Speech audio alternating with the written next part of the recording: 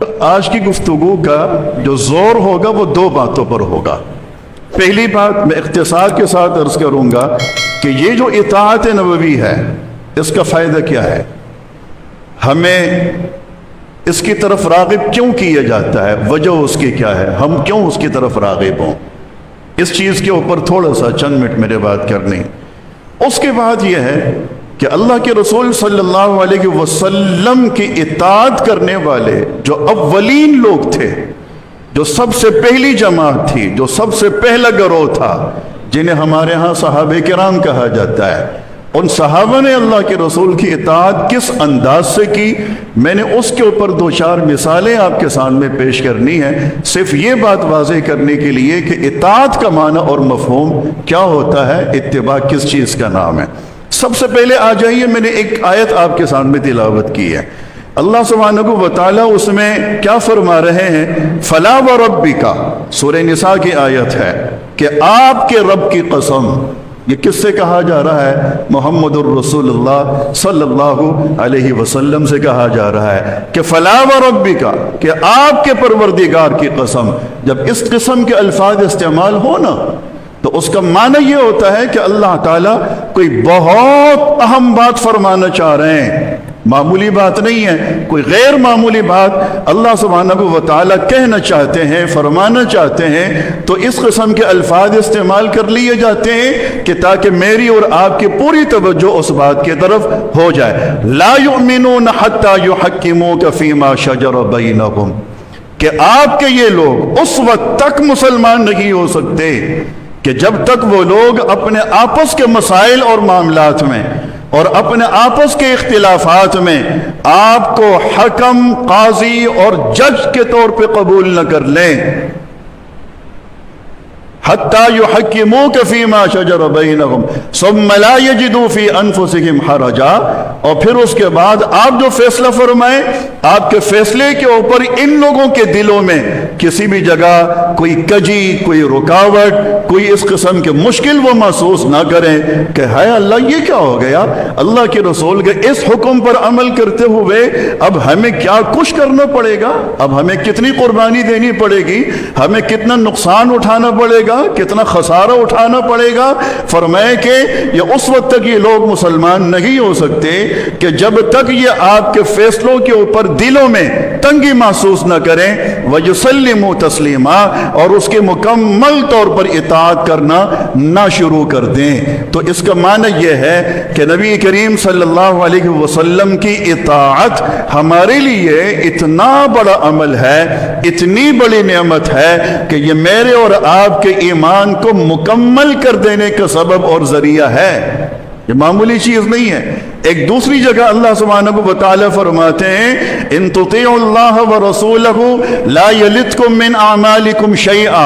کہ تمہیں کچھ خبر بھی ہے کہ اللہ اور اس کے رسول کی اطاعت کیا چیز ہے، اس سے تمہیں ملنے والا کیا چیز تمہیں ملنے والی ہے۔ فرمائے کہ اس میں اتنی بڑی طاقت ہے کہ یہ تمہارے ہر عمل کو ضائع کرنے سے روک دینے کا سبب ہے، کہ ایک وہ نماز جو میں نے اپنی مرضی سے پڑھی اور ایک وہ نماز جو اللہ کے رسول کی اطاعت اور آپ کے سنتوں کے مطابق پڑھی، میں نے اپنی مرضی سے جو نماز پڑھی وہ ضائع ہو جائے گی، اللہ کے رسول کی اطاعت اور اتباع میں جو نماز پڑھی وہ کبھی بھی ضائع نہیں ہوگی۔ ایک وہ تلاوت جو میں نے اپنے تقاضوں کے مطابق کی، اپنی ترجیحات کو مد نظر رکھتے ہوئے اس تلاوت پر میں نے عمل کیا، اور دوسری وہ تلاوت جو اللہ کے رسول کی ترجیحات کو سامنے میں رکھتے ہوئے کی گئی۔ میرا اپنی مرضی سے تلاوت کرنا شاید ضائع ہو جائے گا، لیکن رسول اللہ کی منشا کے مطابق، آپ کے اتباع کے مطابق کی گئی تلاوت کبھی بھی ضائع نہیں ہوگی۔ اسی طریقے سے ہمارا عمر ضائع نہیں ہوگا، ہمارا حج ضائع نہیں ہوگا، ہمارا ذکر اذکار، ہماری تسبیحات ضائع نہیں ہوں گی، ہماری تعزیتیں اور ہماری عیادتیں، یہ چیزیں ضائع نہیں ہوں گی۔ اللہ سبحانہ و تعالیٰ فرماتے ہیں لا تبطلوا اعمالکم، اپنے اعمال کو ضائع نہ کرو۔ یہ بات کیوں کی گئی ہے؟ اللہ تعالیٰ فرماتے ہیں کہ تم کام کرتے ہو، تمہارے اندر جذبہ ہے، تم کرتے ہو کام، تم نیکیاں کرتے ہو، لیکن بس مسئلہ تب خراب ہو جاتا ہے جب اپنی مرضی سے کرنا شروع کر دیتے ہو، پھر اس کے اوپر جو اجر ملنا ہے وہ نہیں ملتا۔ یا تو وہ اجر سارا کا سارا ضائع ہو جاتا ہے، اور یا پھر آدھا مل جاتا ہے، آدھا ضائع ہو جاتا ہے۔ تھوڑا سا اپنے اس زاویہ نگاہ کو بدلنے کی ضرورت ہوتی ہے، تو پھر 100% مکمل کا مکمل اجر جو ہوتا ہے وہ مجھے اور آپ کو ملنا شروع ہو جاتا ہے۔ بس اتنی سی بات ہے۔ ایک تیسری جگہ اللہ سبحانہ و تعالیٰ فرماتے ہیں اطیعوا اللہ والرسول لعلکم ترحمون، کہ تمہیں کامیابی چاہیے، تمہیں اللہ تعالیٰ کا فضل چاہیے، اللہ تعالیٰ کی مہربانیاں، اللہ تعالیٰ کی رحمتیں چاہیے، فرمایا کہ میری اطاعت شروع کر دو، میرے رسول کی اطاعت شروع کر دو، لعلکم ترحمون، یقینی طور پر تمہارے اوپر رحم والا معاملہ کیا جائے گا، تم خسارے میں نہیں آؤ گے۔ من یطع الرسول فقد اطاع اللہ، ایک چوتھی جگہ فرمایا کہ جس نے اس پیغمبر کی اطاعت کی گویا اس نے میری اطاعت کی۔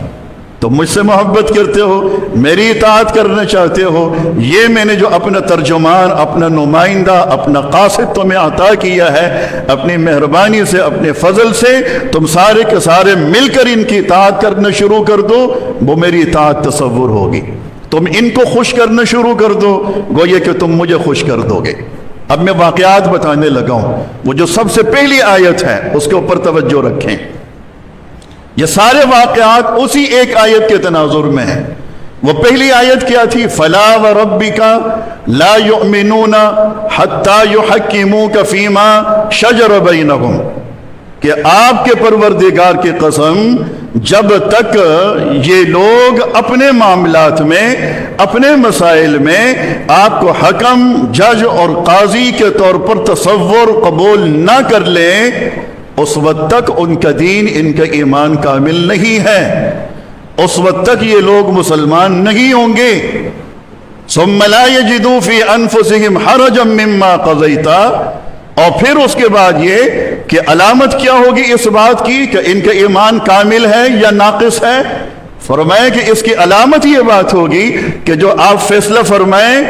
اس فیصلے کی روشنی میں یہ اپنے دل میں اس فیصلے کو لے کر ذرا سی بھی تنگی محسوس نہیں کریں، بخوشی ان تمام چیزوں کو قبول کریں۔ ایک صحابی تشریف لائے، سونے کی انگوٹھی پہنی ہوئی تھی، اللہ کے رسول نے دیکھا سونے کی انگوٹھی تھی، بہت سخت ناراض ہو گئے،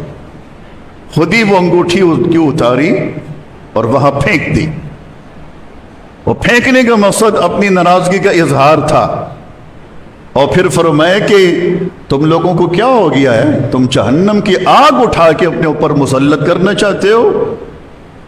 اپنی انگلیوں میں اس کو پہن لیتے ہو، یہ جہنم کی آگ ہے۔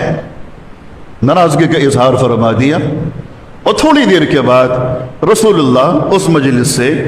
تشریف لے گئے، آپ اٹھے اور چلے گئے۔ ایک اور صاحب جو اسی مجلس میں بیٹھے ہوئے تھے، انہوں نے وہ انگوٹھی فوراً اٹھائی اور جن کی تھی ان کو دینا چاہیے کہ یہ لے لو تمہاری انگوٹھی ہے، پہن نہیں سکتے لیکن ویسے کسی اور استعمال میں تو لا سکتے ہو نا، اپنی بیوی کو دے دو، بیچ ڈالو، کچھ پیسے ویسے مل جائیں گے، تمہارے کام آ جائیں گے۔ وہ فرمانے لگے لا حول ولا قوت الا باللہ، رسول اللہ نے میری آنکھوں کے سامنے ایک چیز پھینک دی، میں اسے کیسے لے سکتا ہوں؟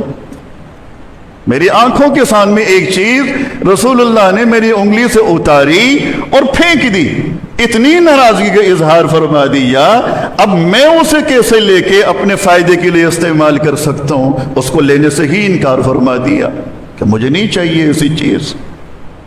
ان کی ساری توجہ رسول اللہ کی ناراضگی کے اوپر ہوتی تھی اور رسول اللہ کی رضا اور خوشی کے اوپر ہوتی تھی۔ جس کام سے رسول اللہ راضی ہیں اس کام کو قبول کرنا ہے، جس کام سے رسول اللہ ناراض ہیں اس کام کو قبول نہیں کرنا۔ عبداللہ بن مسعود رضی اللہ تعالی عنہ نبی کریم صلی اللہ علیہ وسلم کے مشہور صحابہ کرام میں سے ہیں۔ اب یہ رسول اللہ سے کتنے اٹیچ تھے اور کتنا رسول اللہ سے تعلق تھا، اس کا اندازہ آپ اس بات سے لگائیں کہ ہمارے محدثین نے حضرت عبداللہ بن مسعود رضی اللہ تعالی عنہ کو کئی ناموں سے پکارا ہے۔ کسی نے ان کو صاحب وسادہ بھی کہا ہے کہ تکیے والے، تکیہ ہوتا ہے نا جو رکھتے ہیں سرہانے ٹیک لگانے کے لیے، یہ تکیے والے ہیں۔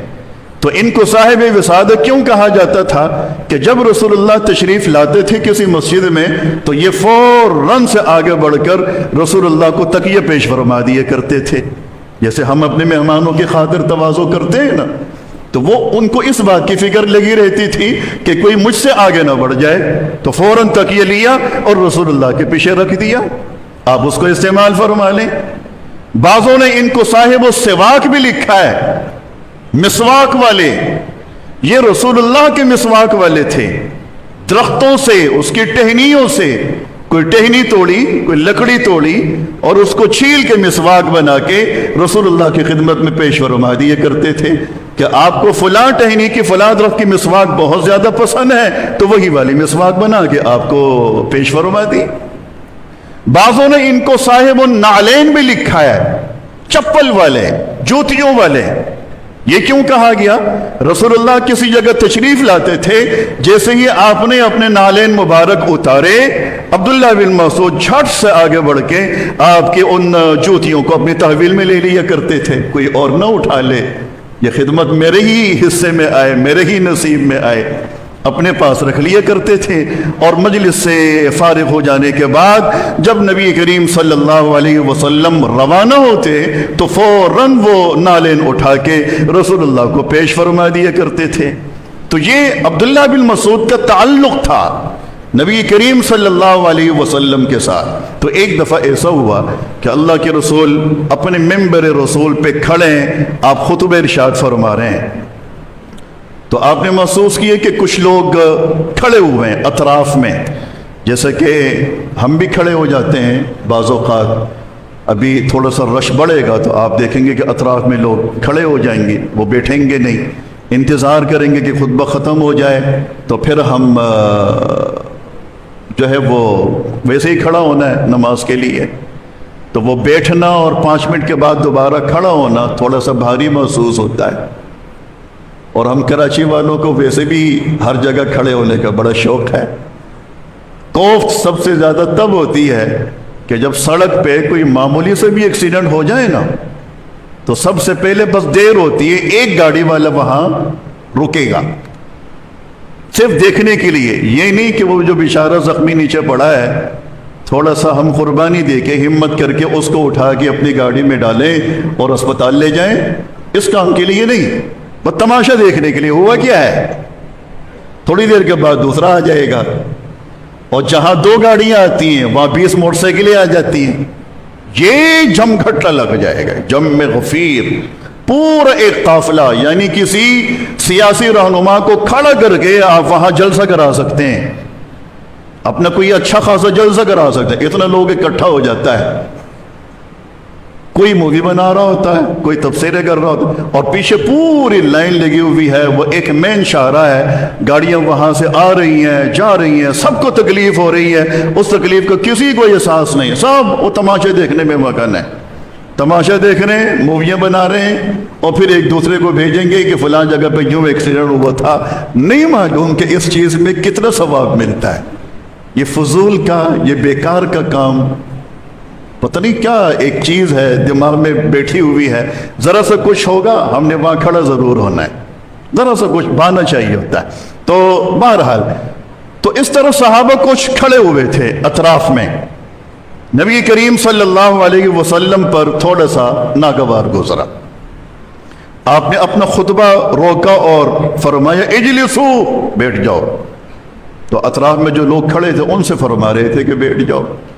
عبداللہ بن مسعود جو باہر راستے پر تھے اور مسجد نبوی کی طرف آ رہے تھے، کانوں میں وہ آواز گونجی کہ اللہ کے رسول فرما رہے ہیں بیٹھ جاؤ، وہیں بیٹھ گئے راستے میں۔ رسول اللہ نے دیکھ لیا کہ عبداللہ بھی وہاں بیٹھ گئے، خیر نماز پڑھائی، نماز مکمل ہو جانے کے بعد عبداللہ بن مسعود قریب تشریف لائے، ملاقات ہوئی، رسول اللہ نے فرمایا کہ عبداللہ تم سے تھوڑی کہا تھا، وہ تو جو اطراف میں لوگ کھڑے تھے ان سے کہا تھا، تو تم کیوں وہاں راستے میں خواہ بیٹھ گئے؟ تو عرض کیا کہ اللہ کے رسول وہ جو آپ کا حکم کانوں میں گونجا نا، تو آپ یقین مانیے کہ ایک قدم بھی آگے نہیں بڑھا سکا، مجھے یہی خیال تھا کہ آپ نے مجھ سے نہیں فرمایا ہے،